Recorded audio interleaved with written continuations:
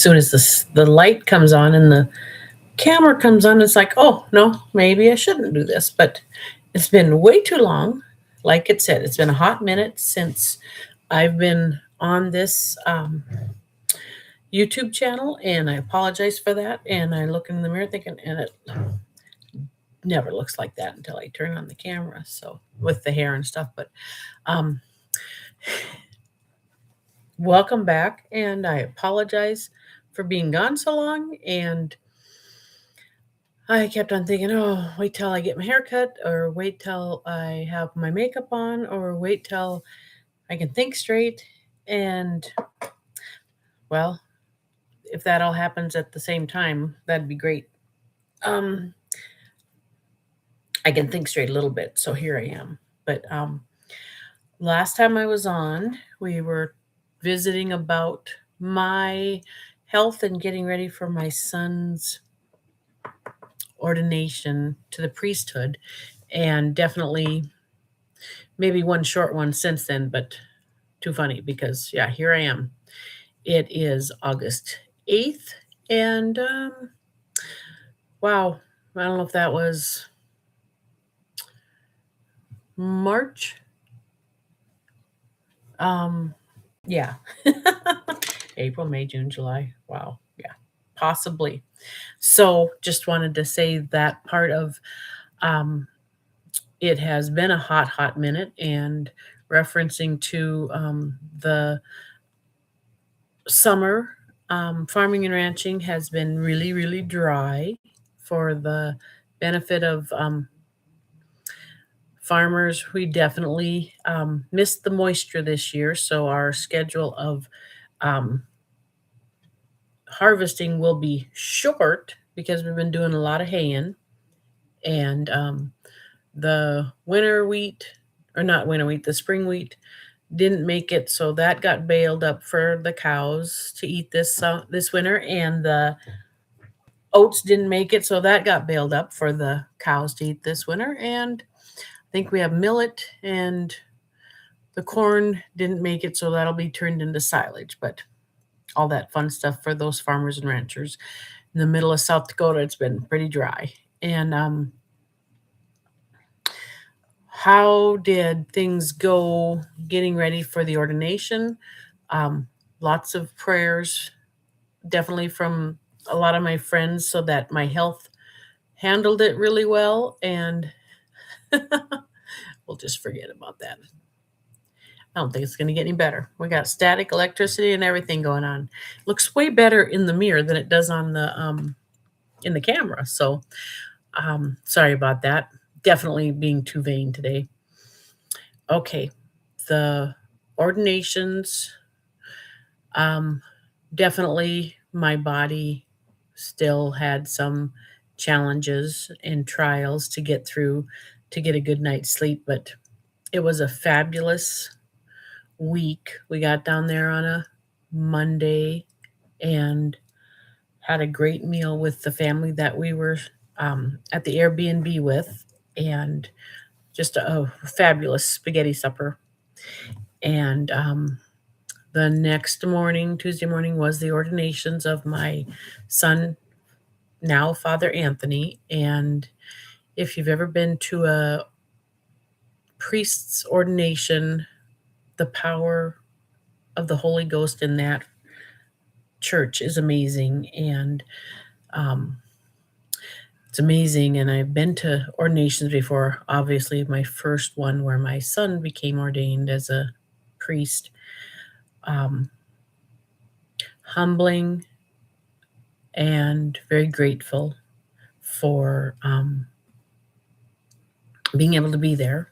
And if you're interested in what an ordination looks like and want to watch it on YouTube, message me and I can send that to you, because I don't know how to do it otherwise. I was just saying, I hear everybody say, I'll put it in the link in the thing below, and I don't know how to do that. But his ordinations, he was ordained with another seminarian that's from Brazil. And then he was just over overwhelmingly a wonderful week to be able to spend that time with friends and relatives and see our son now be in his calling for being a traditional Catholic priest. And um, the next morning after ordinations, he did his first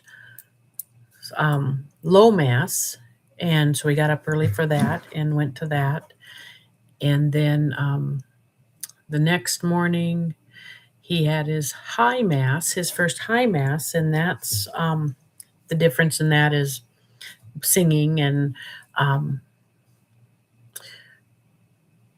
the songs that he picked out for his first high mass were amazing. And he went about wanting what he wanted originally.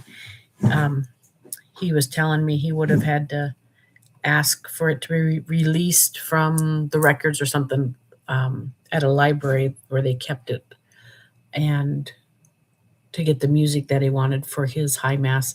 And then one of his friends that was a priest and was ordained last year loves music. He's from Austria, Germany area, and he said he would redo the music for him and get it ready for him, and then he wouldn't have to get it out of whatever. This story can be way better after I ask my son to explain it to me again. But that way his priest friend rewrote or wrote everything for the his first high mass, and just beautiful music. The choirs were wonderful, and our choir that sang for my son's first high mass, most of them came from Spokane, Washington, because his the other priests high mass, they're very detailed. So the priests and the sisters in the choir were talking, and it would take too much, not enough practice time for them to learn all three masses that were going to be taking place. So that's when they asked if the mass from, or if not, excuse me, if the choir from Omaha would be able to do that. So they agreed to do that. So I don't know if there was over 20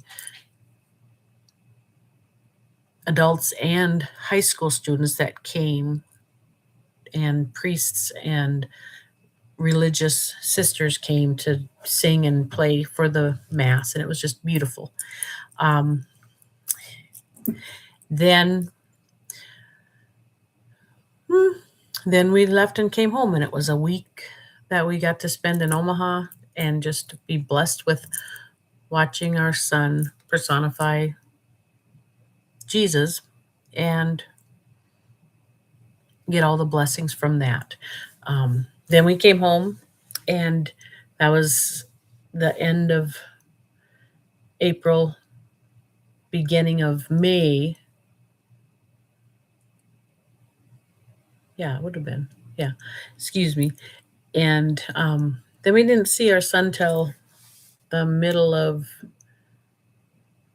July. He got to come home because we were kind of teasing that we got the short end of the stick. The other priest that was ordained, he got to go home to Brazil for a month, and we saw Anthony ordained the end of April and seen him the middle of July, and he was able to come home for almost 2 weeks.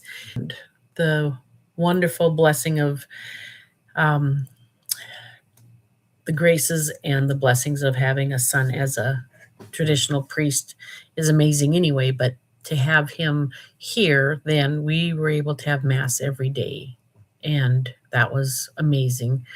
And then on the weekend, he had to go on a mission that doesn't have a priest all the time, so he went to O'Neill, Nebraska, and asked before we left, he asked if I would go with him. So him and I went to O'Neill, and it's about 5 hours from here, and that's the first place I went to when I first went to a traditional Latin mass, when I was an adult.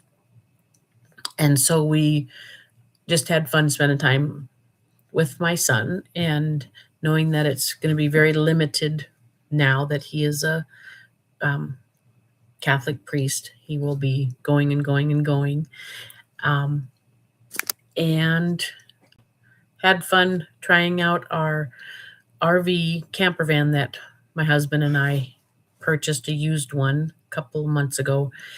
And so we would find a restaurant and then go grab our food and set up our table and eat in the RV and had fun with that.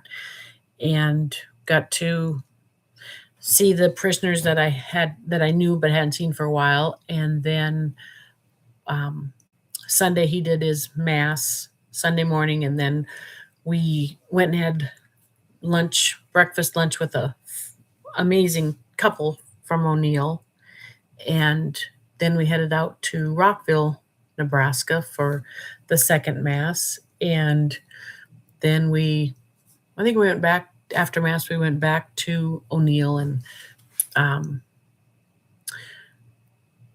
stayed overnight there. My son stayed at the church, and I stayed in the camper van. And that fun part of how cool does it get in the camper van when it's 98 degrees outside? Definitely found out the difference of if the air conditioner could keep up with it. And then Monday morning headed out and came back to the farm, and Father Anthony was able to be with us till Friday of that week. So we got to have mass again all week, every day. And then he headed out Friday to go back to Omaha. And then my husband and I and son and granddaughters headed to my mom's in Webo to spend a couple days with her. And it's been a fun summer, and it's going fast.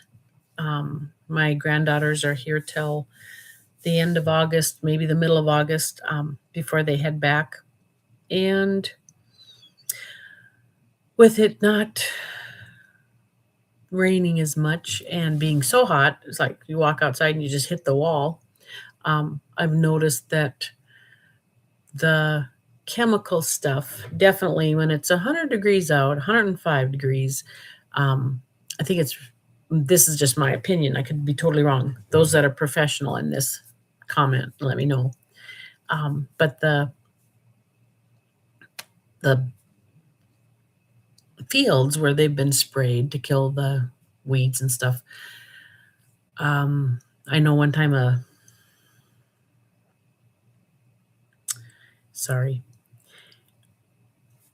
was going to get tested for allergies. We had an appointment and everything that my husband had made sure I had an appointment with him. And when I talked to him on the phone before I went, he said, well, if you know you're allergic to Roundup or glyphosate, you might as well save your money because it's illegal for me to test you for that. And so just save your money and don't come. And he said, after about 2 weeks, you should be able to be around in that field. Well, with the sensitivities and the trials my body goes through, that doesn't seem to be true for me. And what I've noticed is when it gets hot out in the spring, the first hot stuff, I should be fine because nobody's sprayed. It isn't even dry enough to get in the fields to spray. But what I realized is when I was trying to go to Omaha a couple springs ago, I couldn't. I made it, but I had to make a lot of stops because it was hot, hot, hot, and it's just like it's coming out of the ground, the chemicals. And I could be totally wrong, but that's what it felt like. Well, with this 100, 105 degree weather that we had here for many, many days, it was just like, it's just blooming more, bringing more out, and had been sicker longer, more days and stuff, and that fun part. I don't know why I'm sharing this with you, but I'm sharing this with you, and have learned a lot and try to tell my children, my adult children, that if I look like this, I'm not mad. If I say something really stupid, give me a pass because most of the time it's the chemicals and I can't think straight. Um, but I have to remember to tell them that again. And then I said, if I tell you I'm a 10, that means I'm really bad and I can't think straight and I'm going to walk away and go to my room, to our bedroom, my bedroom, because two things: I don't want to say anything that's more stupid or even hurts their feelings because it's like it just um, inflames the frontal lobe. And if you're a lady or if you're a husband and you're thinking, wow, that time of the month my wife would get really, really testy and it seemed like nothing helped. Well, what I found out is the chemical, getting into the chemicals would, will, the trial of being my brain inflamed in the frontal lobe where all the emotions are, or that's what I'm guessing. It was like PMS times 10 and no fun. And I didn't want to say something that would hurt somebody's feelings and then not remember it because sometimes I couldn't remember what I was doing and just really brain fog horrendous. So, well, we have heard enough about that. And um, my son, who is a newly ordained priest that I was talking about, he is learning the ropes of traveling. He is drives. I'm thinking if it's 1,000 miles in a weekend for the mission route that he's been assigned now. And so he just called me today when he was trying to stay awake because he just finished up this last week, ending yesterday, was the boys' camp that they do, and they had 80 some boys. And I think that's their biggest one. So the boys' camp for church, they had 80 some boys, and they do tons of um, draining, tiring stuff from swimming, canoeing, um, games outside to get the boys use up all their energy. And he said they had skits for the first time this year.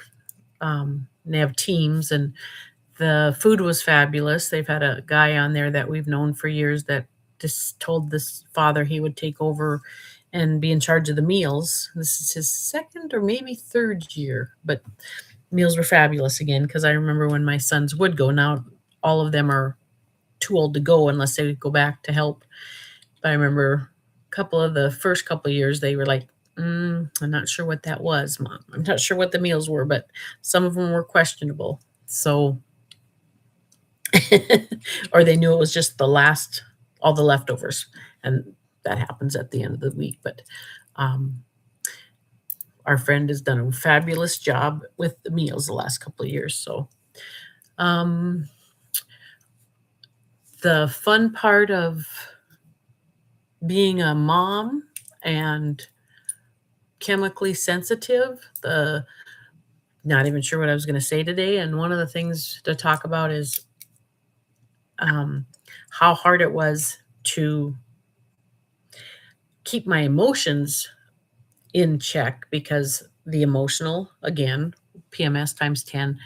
I had visited with my son who's here for the summer and visited with him about if I could have the girls get different clothes because I've noticed and I've learned that if you're using fragranced laundry soap, dryer sheets, bounce sheets, stuff like that, if it's not 100% cotton, the material, there's no way to get the fragrances out of there, and it's just hard on me. And that part of trying to remember to, okay, I want to spend time with my granddaughters, so I've just had to say, you're I love you dearly. I'm getting yucky, just feeling yucky. So here's your clothes. If you would change into them, that would be great. And that's been really a sore subject because I'm not trying to be controlling or manipulating them. I just want to spend time with them. And even if they're downstairs with the clothes they brought from home that are clean, they're clean, but they still have the strong fragrance on them. I walk downstairs and I can get brain fog just terrible and feel yucky. And if they were sitting in my chair in the living room with their other clothes on with the fragrance in them, I can't sit in the chair. And it sounds stupid. It sounds anybody who's not doesn't have this, it's doesn't make sense. And I figured that out because um, people around me are like, well, are we strong now? And I'm thinking, well, are you wearing the clothes that aren't the ones that I've washed or make sure that they don't have the fragrance in them? And I don't want to say anything because if I get a whiff of them and I get really yucky, I will not. I don't want to say anything because then my reasoning and all that even gets bad. It's just like no fun and no clear thoughts and no level thoughts. And so it's like, let's put that on the shelf and I'll go in my bedroom. My youngest son used to call it my bunker. Um, and it's just a lot of fun. And I don't even know if this is recording because I'm looking at this thinking, I haven't done this for a while. And is it? Or did I just say all this and nothing has been going? So, oh, it does say. See, we're probably a little bit brain foggy. It says I've been live now for 22 minutes and 4 seconds. Hopefully I said something somebody needed to hear.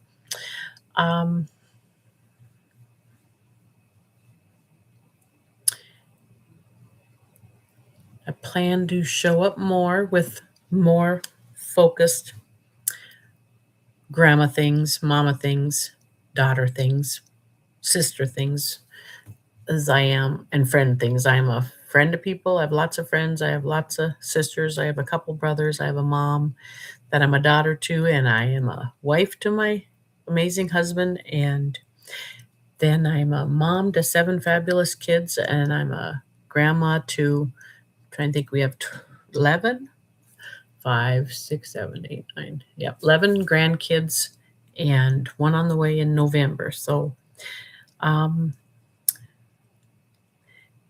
if this just made you giggle for as goofy and brain foggy as I am, hopefully you needed to giggle. If it made you check your meds to see was this even what I was supposed to be saying, as long as it gave you a smile, hopefully that's all you needed. But have a great day. Love you and God bless you.